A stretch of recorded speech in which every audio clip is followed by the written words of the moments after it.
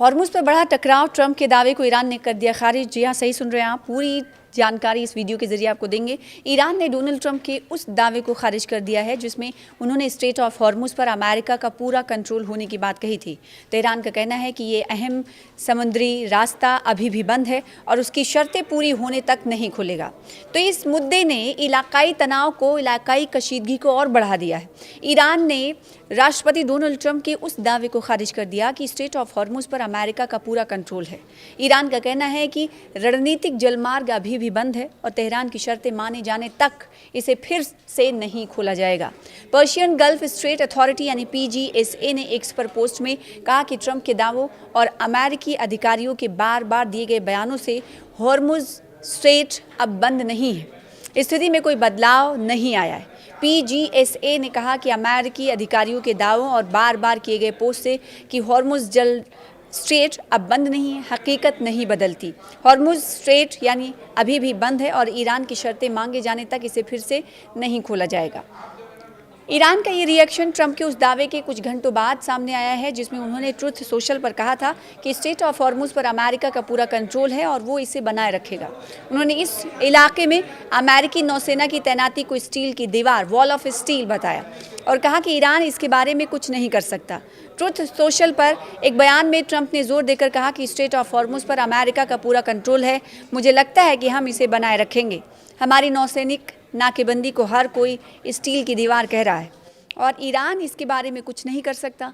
Trump ने आगे कहा कि तेहरान का सैन्य ढांचा बुरी तरह कमज़ोर हो गया है और उन्होंने अपना संदेश एक वाक्यांश के साथ समाप्त किया है। अल्लाह की तारीफ़ हो, उन्होंने सोशल मीडिया पर पोस्ट में आगे कहा कि उनके पास सिर्फ फर्जी खबरें, फेक न्यूज़ और 300% महंगाई है और हालात ख़राब हो रहे हैं। ईरान से बातें करता है, कोई काम नहीं करता। अब वो मिडिल ईस्ट का दादा नहीं रहा। अल्लाह की तारीफ़ हो, राष्ट्रपति डोनाल्ड ट्रंप ने ये बात कही। अमेरिकी राष्ट्रपति की ये रिमार्क्स स्ट्रेट ऑफ हॉर्मुज़ को लेकर लंबे वक्त से चल रहे टकराव के बाद सामने आई है।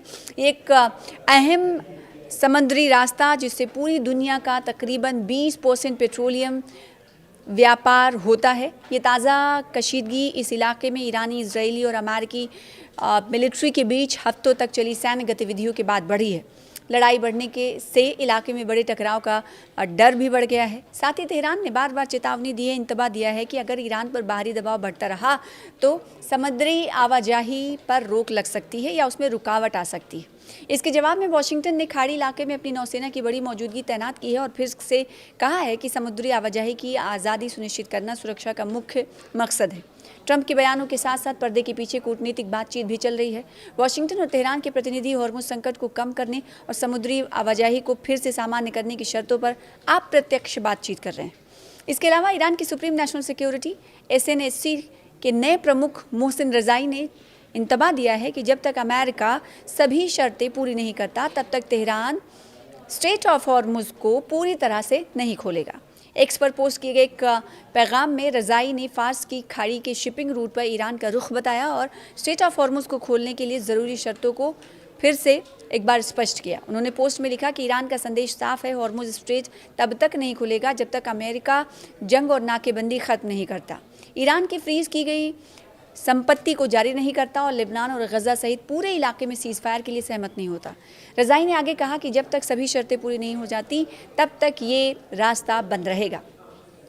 उधर हॉर्मुज़ दुनिया के सबसे संवेदनशील भू राजनीतिक चेक पॉइंट्स, अहम समुद्री रास्ते में से एक है जहां पहले भी मिलिट्री टकराव की वजह से इंटरनेशनल स्तर पर कच्चे तेल की कीमतों में उछाल आया है और बड़े संघर्ष की आशंका पैदा हुई है। मौजूदा तनाव की वजह से नौसेना की गश्त बढ़ाई गई है। कमर्शियल शिपिंग कंपनियों ने अपने रूट में बदलाव किए हैं और कूटनीतिक संयम बरतने की अंतर्राष्ट्रीय मांगें फिर से उठी हैं। इस अहम रास्ते से कमर्शियल शिपिंग अभी कड़ी सुरक्षा निगरानी में जारी है। हालांकि हालात बहुत अस्थिर बने हुए हैं। फिलहाल कूटनीतिक ध्यान इस बात पर है कि क्या बातचीत से कोई अस्थायी सीज़ फायर हो सकता है जिससे समुद्री कारोबार मार्ग खुले रहते हुए सशस्त्र संघर्ष की आशंका को कम किया जा सके। ईरान और पाकिस्तान दे वर्ल्ड मुस्लिम कंट्रीज़ को नई क़यादत। जी हाँ, दुनिया की जो इस्लामी मुल्क हैं या मुसलमान मुल्क हैं, मुस्लिम मुल्क हैं, उनको नई क़यादत दे ईरान और पाकिस्तान। ये कौन अपील कर रहा है? ईरान ये अपील कर रहा है। सऊदी, तुर्की और पाकिस्तान के दिफाई मुआहिदे के बाद ईरान का पाकिस्तान को मशवरा। आप देख रहे हैं न्यूज़ 18 का सोशल मीडिया प्लेटफॉर्म। मैं हूं विशाल आजम। ईरान ने पाकिस्तान को एक बार फिर इस्लामी दुनिया की बड़ी ताकत करार देते हुए एक अहम पैगाम दिया है।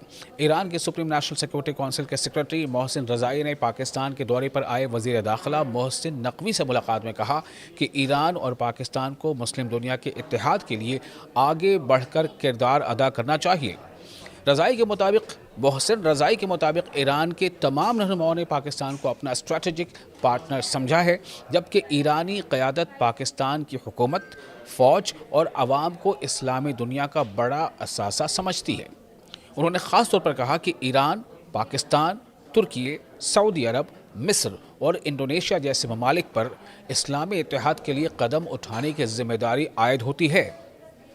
यहाँ एक अहम बात है, ईरान का ये पैगाम ऐसे वक्त में आया है जब मशरक़ वस्ता यानी मिडिल ईस्ट में ताकत का तवाज़ुन तेज़ी से बदल रहा है और सिर्फ चंद रोज़ पहले पाकिस्तान, सऊदी अरब और तुर्की ने एक मुश्तरका दिफाई मुआहिदा भी किया है। जॉइंट डिफेंस पैक्ट पर अमल किया है, उस पर रज़ामंदी ज़ाहिर की है, दस्तखत किए हैं। इस मुआहिदे के तहत तीनों कंट्रीज़ ने इस उसूल पर इत्तेफाक किया है कि एक मुल्क पर मुसल्लह हमला तीनों पर हमला तसव्वुर किया जाएगा। तुर्की के वज़ीर ख़ारजा ने इसे अमली एतबार से नाटो के आर्टिकल 5 जैसी बाहमी दिफाई शिक करार दिया है। अगरचे इस माहिदे का असल अमली निफाज और हर मुमकिन सूरत हाल में फ़ौजी रद्द-ए-अमल अभी वाज़ेह नहीं है। अब सवाल यह है कि ईरान इस नई सफ़बंदी को किस नज़र से देख रहा है। दिलचस्प बात यह भी है कि तेहरान ने फ़िलहाल इस माहिदे पर बराह रास्त तशवीश ज़ाहिर नहीं की है। रॉयटर्स के मुताबिक ईरानी हुक्काम का कहना है कि इन्हें पाकिस्तान, सऊदी अरब और तुर्की के नए दिफाई मुआहिदे यानी डिफेंस पैक्ट से खौफज़दा होने की कोई वजह नज़र नहीं आती।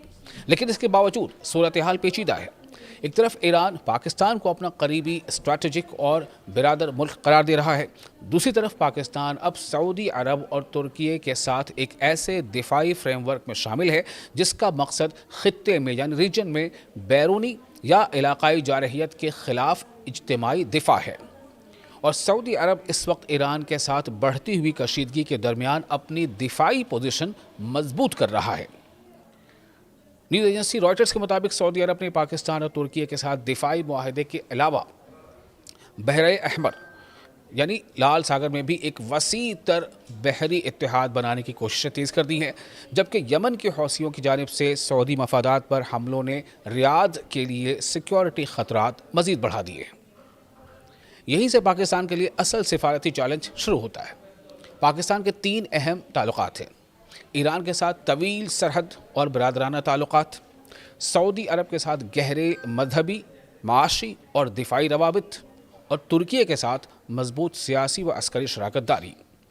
इस्लामाबाद के लिए मुश्किल ये है कि वो किसी एक कैंप का हिस्सा बने बगैर इन तीनों ताल्लुकात को कैसे बरकरार रखता है। और शायद यही वजह है कि ईरान पाकिस्तान को इस्लामी दुनिया में ज़्यादा फ़आल किरदार अदा करने की दावत दे रहा है।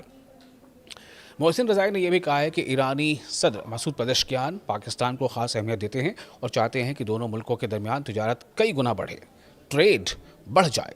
यानी तेहरान का पैगाम सिर्फ दिफा यानी डिफेंस या सियासत तक महदूद नहीं है। ईरान पाकिस्तान को एक ऐसे पुल के तौर पर देखना चाहता है जो ईरान, अरब दुनिया और तुर्की के दरमियान राब्ता कायम कर सके। लेकिन पाकिस्तान के लिए असल इम्तिहान यही होगा कि वो इस नई इलाकाई सफ़बंदी में इत्तेहादी भी रहे, सालिस भी रहे और अपने कौमी मफादात को भी महफूज रखे। क्योंकि अगर मिडिल ईस्ट की कशीदगी यानी मिडिल ईस्ट का तनाव और ज़्यादा बढ़ता है तो पाकिस्तान के लिए यह सिर्फ खारजा पॉलिसी का सवाल नहीं होगा। अब ये सवाल होगा कि इस्लामाबाद किसके साथ खड़ा है और किस हद तक। और आने वाले दिनों में ईरान की तरफ से पाकिस्तान को इस्लामी इत्तेहाद की क़यादत का ये मुतालबा इस बड़े इलाकाई खेल का एक अहम हिस्सा बन सकता है। आप इस खबर के बारे में क्या सोचते हैं? आप अपने तासुरात हमें कमेंट बॉक्स में शेयर कर सकते हैं। वीडियो पसंद आया हो तो लाइक और शेयर ज़रूर करें।